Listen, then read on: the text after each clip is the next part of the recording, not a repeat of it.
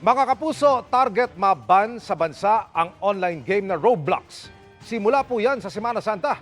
Kasunod yan ang pagkabisto ng recruitment sa ilang estudyante sa Karasan. Bukod pa sa dati ng mga ulat ng pang-aabuso sa batang gamer ng ilan nilang nakakausap sa laro. Ang mga dapat gawin ng mga magulang. Alamin sa aking pagtutok. I will burn down my school.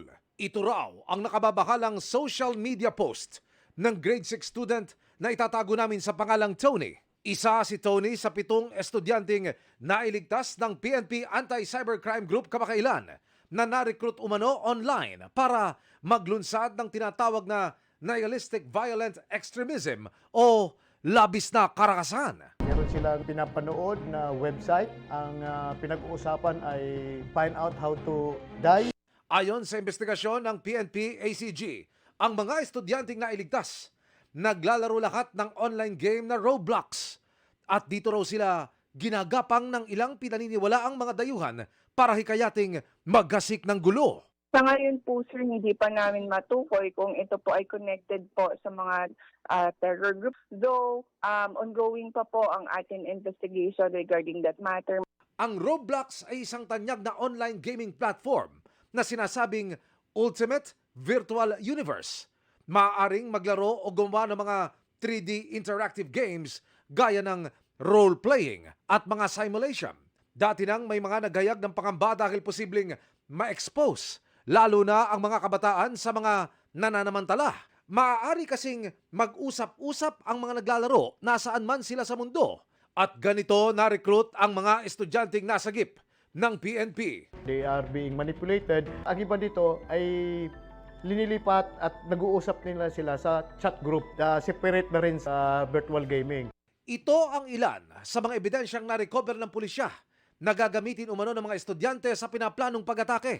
Bukod sa mga tactical gloves at mga insignia na gamit ng nooy death squad ng Nazi leader na si Hitler, nakabili na rin umano ang mga estudyante ng mga tactical vest at helmet. May larawan pa ng automatic rifle. May mga sinasend silang mga videos about sa mga school shooting, paano gumawa ng mga handguns.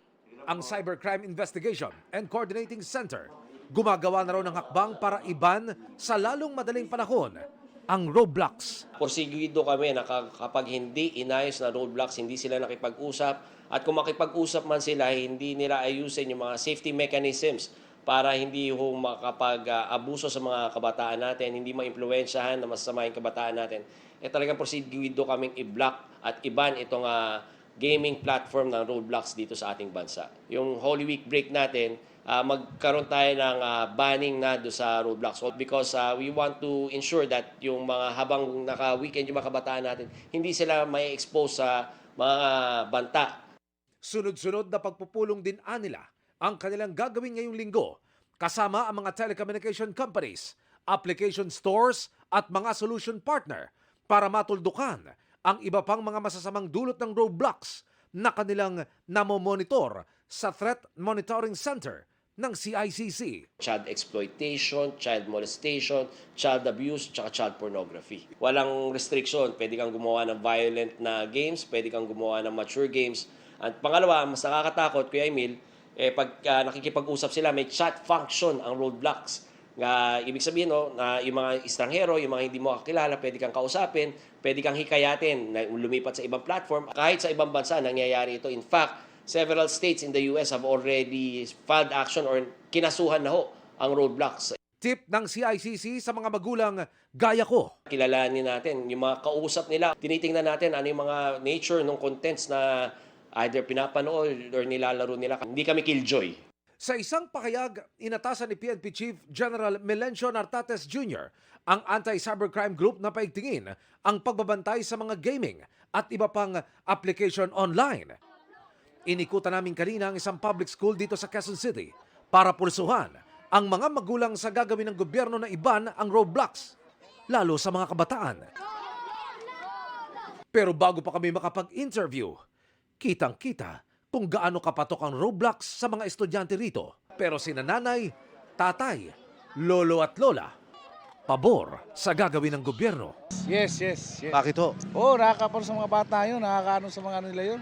Yung paglalaro. Si Mano siya, irritable pagka hindi nakakapag-ganon-ganon eh. Yung pag naititigil siya. Kaya kailangan talaga mawala talaga yun eh. Okay naman sir para sa yung mentality ng bata para mabago. Mas mabuti alisin na lang yun. Sumang-ayon ako dyan para mawala na yan.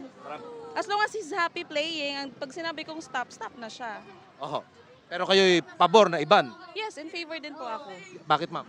Para din makafocus siya sa ibang bagay like maglaro sa labas. Hinihinga namin ng panig ang Roblox Corporation na developer ng game. Para sa GMA Integrated News, Emil Sumangil, nakatutok 24 oras.